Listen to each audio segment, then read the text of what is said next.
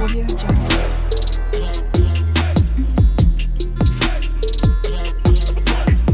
Audio Jungle.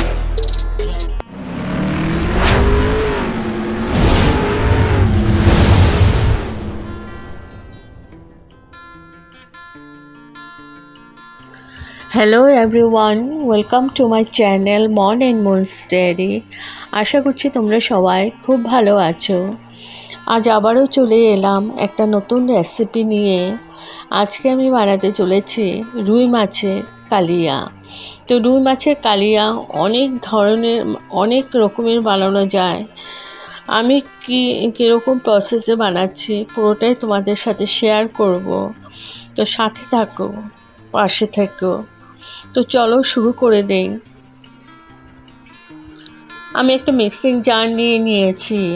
এখানে দিয়ে দিলাম পেঁয়াজ। আমি এখানে একটা পেঁয়াজ দিয়েছি বড় সাইজের।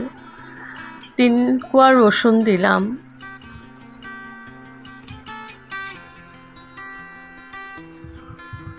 আর আদা একটু দিয়েছি 1 ইঞ্চি মতো। আর দিয়ে দিলাম টমেটো। সাথে দিয়ে দিলাম জিরে পাউডার, দিয়ে দিচ্ছি ধনে পাউডার,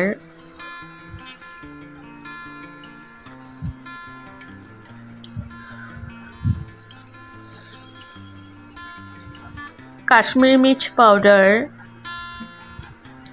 আর দিয়ে দিলাম হলুদ পাউডার। আমি সব মশলাই 1 চামচ করে দিয়েছি। সাথে দিয়ে দিলাম কাঁচা লঙ্কা। ঝালটা তোমরা যেরকম ঝাল খেতে পছন্দ করো ওরকম ঝাল দেবে। আর দিয়ে দিলাম একটু জল। এবার আমি এটাকে ভালো করে পেস্ট করে নেব। তো পেস্ট করা হয়ে গেছে। আর এদিকে আমি মাছটা ভেজে নিয়েছি, হলুদ নুন মাখিয়ে ভালো করে ভেজে নিয়েছি।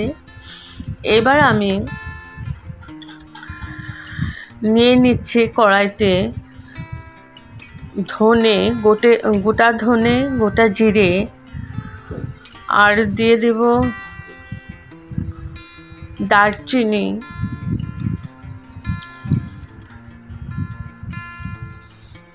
দিয়ে দিলাম জয়িত্রী,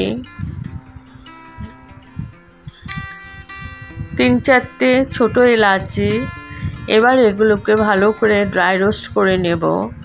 আর মিডিয়াম টু লো ফ্লেমে আমি এটাকে ভেজে নিচ্ছি। ভেজে এটাকে ঠান্ডা করে তারপর আমি পাউডার করে নেব, যেটাকে বলে ভাজা মশলা। তো জিরাটা একটু কম হয়ে গেছিলো বলে আমি আবার জিরাটা দিয়ে দিয়েছি।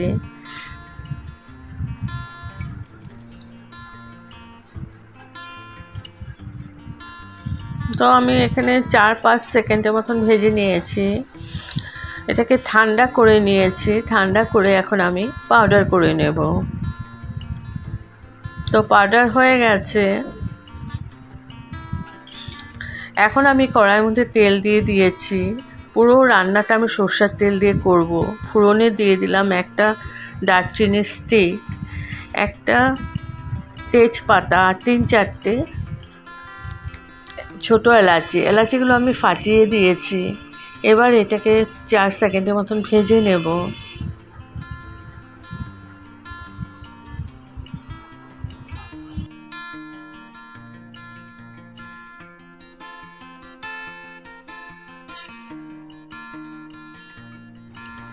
এখন দিয়ে দিচ্ছি ওই পেস্টটা, যেটা আমি টমেটো, পেঁয়াজ, রসুন, আদা আর গুঁড়ো মশলা দিয়ে পেস্টটা করেছিলাম, ওটা দিয়ে দিলাম। আর মিক্সিং জারটা ধুয়ে একটু জলও দিয়ে দিলাম।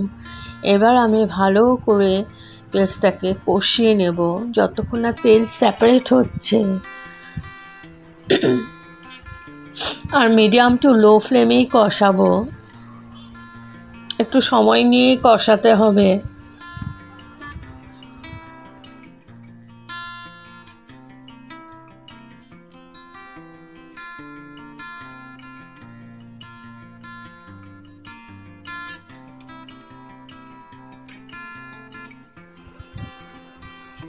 তো দেখো আমার কষানো প্রায় হয়ে আসছে, সাইড থেকে তেল ছেড়ে দিয়েছে।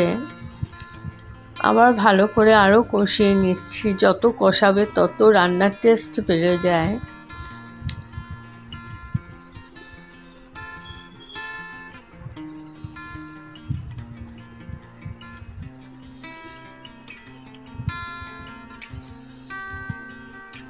এবার আমি এখানে দিয়ে দিচ্ছি 2 চামচের মতো টক দই। দইটা আমি ভালো করে ফেটিয়ে নিয়েছি, দইটা দিয়ে দিলাম। এবার ভালো করে নাড়াচাড়া করে নিচ্ছি।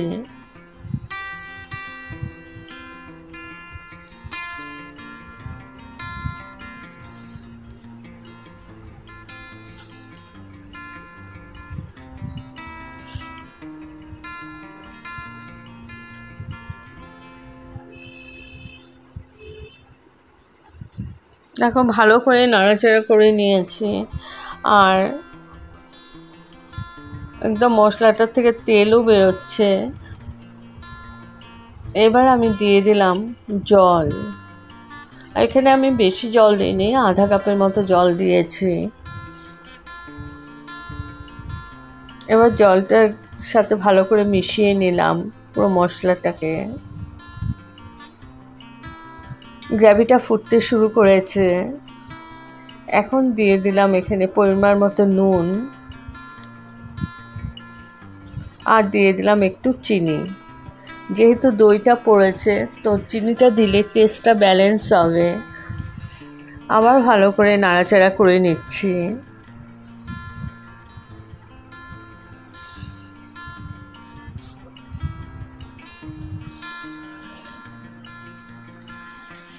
এখন আমি ভেজে রাখা মাছের টুকরোগুলো দিয়ে দিলাম।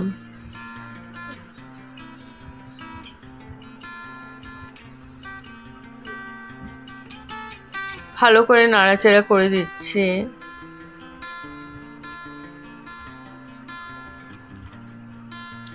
এবার আমি ঢেকে 10 মিনিটের মতো কুক করতে দেব মিডিয়াম টু লো ফ্লেমে। তো 10 মিনিট পর তুলে নিলাম।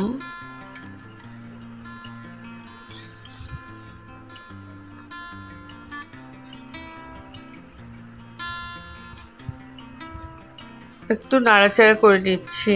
মাছগুলো আমার সেদ্ধ হয়ে গেছে।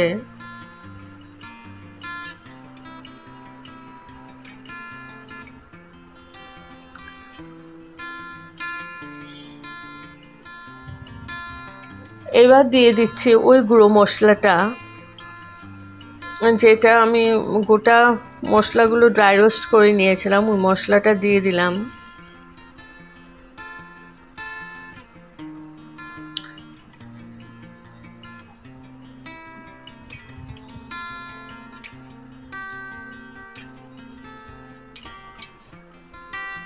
ভালো করে আমি নাড়াচাড়া করে দিচ্ছি।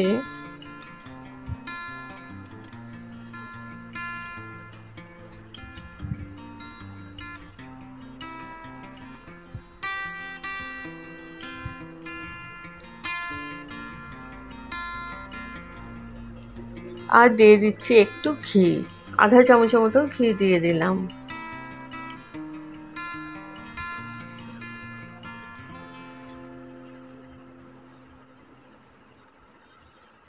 এবার আমি ঢেকে রাখলাম স্ট্যান্ডিং টাইমের জন্য। তো আমার রেডি টু সার্ভ। কমেন্ট করে জানাবে কেমন হয়েছে। যদি আপনাদের এই রেসিপিটা ভালো লেগে থাকে তবে like, share, comment and subscribe করতে ভুলবেন না। সাবস্ক্রাইব করার পর পাশে থাকা বেল বাটন অল প্রেস করে দেবেন। ভালো থাকবেন, সুস্থ থাকবেন। আবার আসবো কোনো নতুন রেসিপি নিয়ে। Thank you for watching. By.